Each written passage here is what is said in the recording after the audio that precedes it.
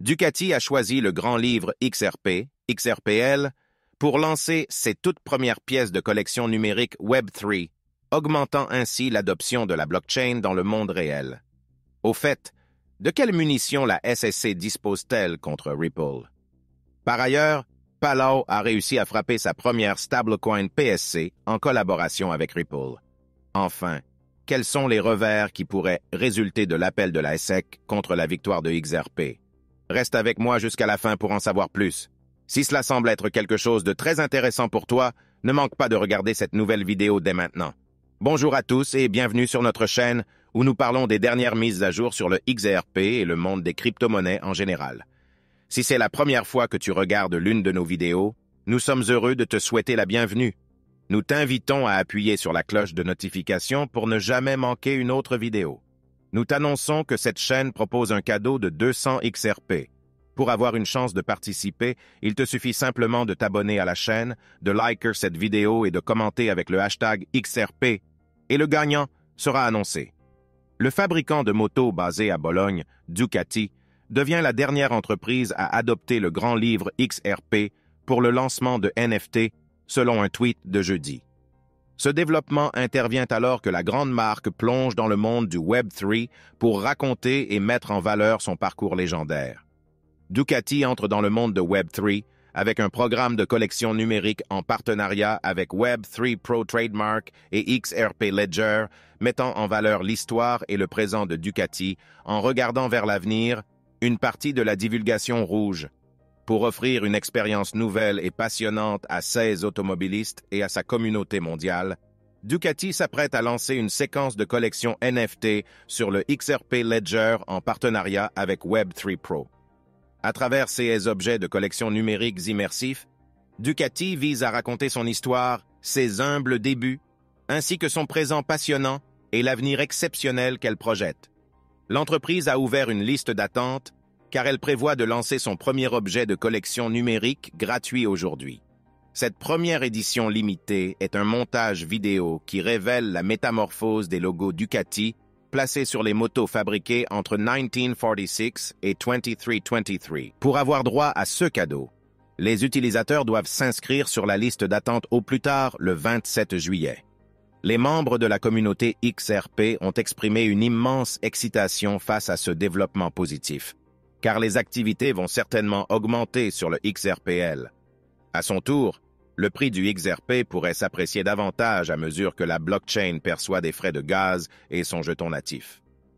Anthony Welfare, le conseiller principal sur les CBDC et les partenariats mondiaux chez Ripple, fait partie de ceux qui réagissent à l'adoption du XRP Ledger par Ducati. Selon le conseiller de Ripple, ce développement s'ajoute aux nombreuses applications réelles de la blockchain décentralisée et économe en énergie. Sam, un autre membre de la communauté, a noté que le lancement de NFT est un CA d'utilisation passionnant du XRPL, touchant les propriétés uniques de la blockchain. Il a laissé entendre que le XRP Ledger accueillerait davantage d'adoption dans le monde réel dans les mois ou les années à venir. Il convient de mentionner que l'adoption du XRPL a été élevée au cours des derniers mois. Notamment, le tout premier jeu Playtime NFT basé sur le XRPL, Space Mermaids, a été lancé sur le XRP Ledger en juin.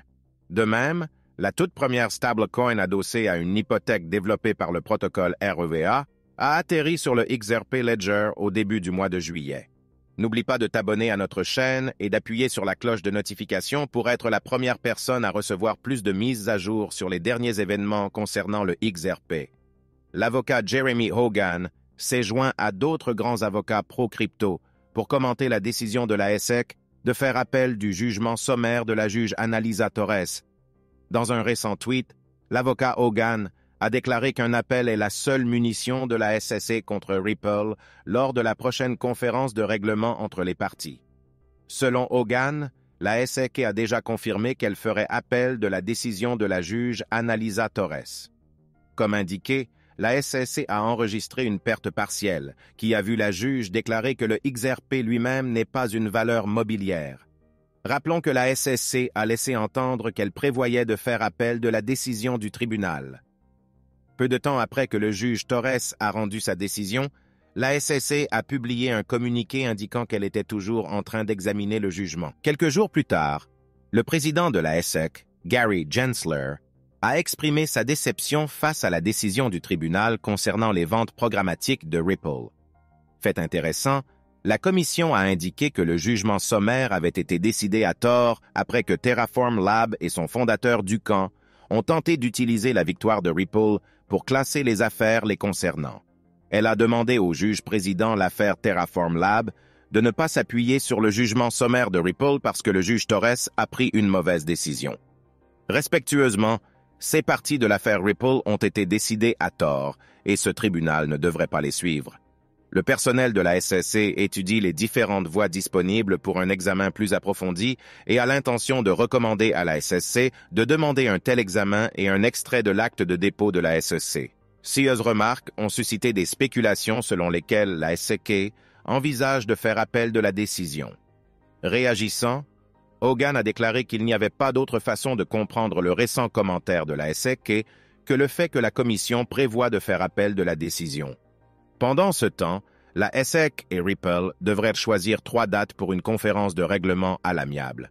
La magistrate Sarah Nedburn, la juge qui a ordonné à la SSC de remettre les documents de Hinman, présidera la conférence.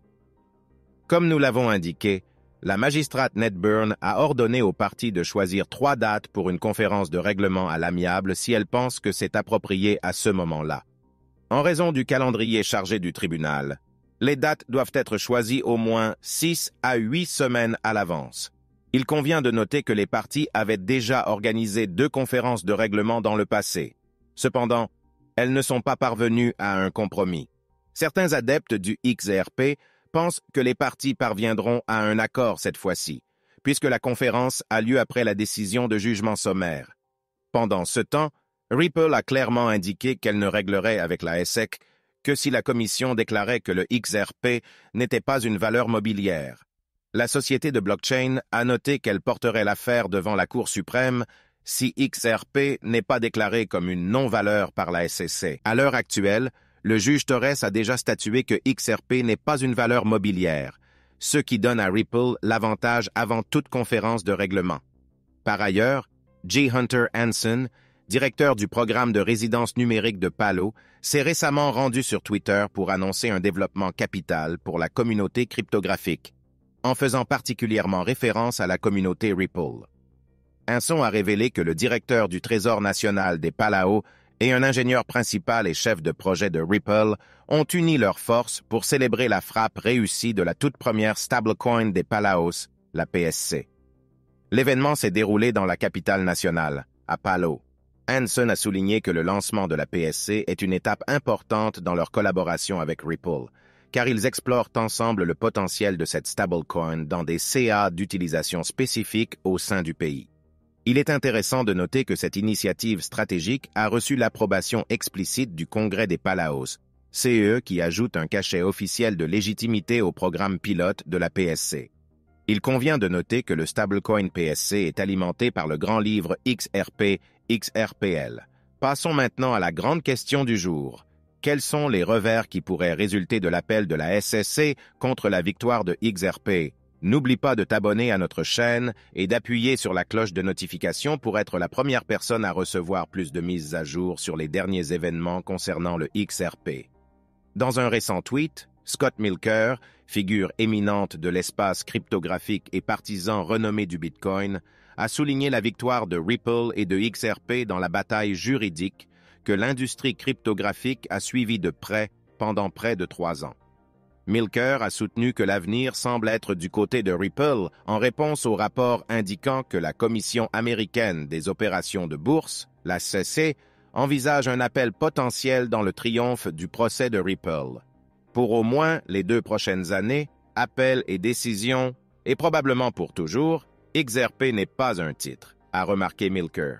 En outre, Milker pense que le raisonnement qui a permis de blanchir le statut de non-sûreté du XRP pourrait s'appliquer à la plupart des altcoins, les libérant ainsi des entraves réglementaires de la SSC. Milker a exprimé ses convictions après que l'avocat pro-XRP John Deaton a soutenu que l'appel de la SSC contre la décision du tribunal est loin d'être un revers pour Ripple ou XRP.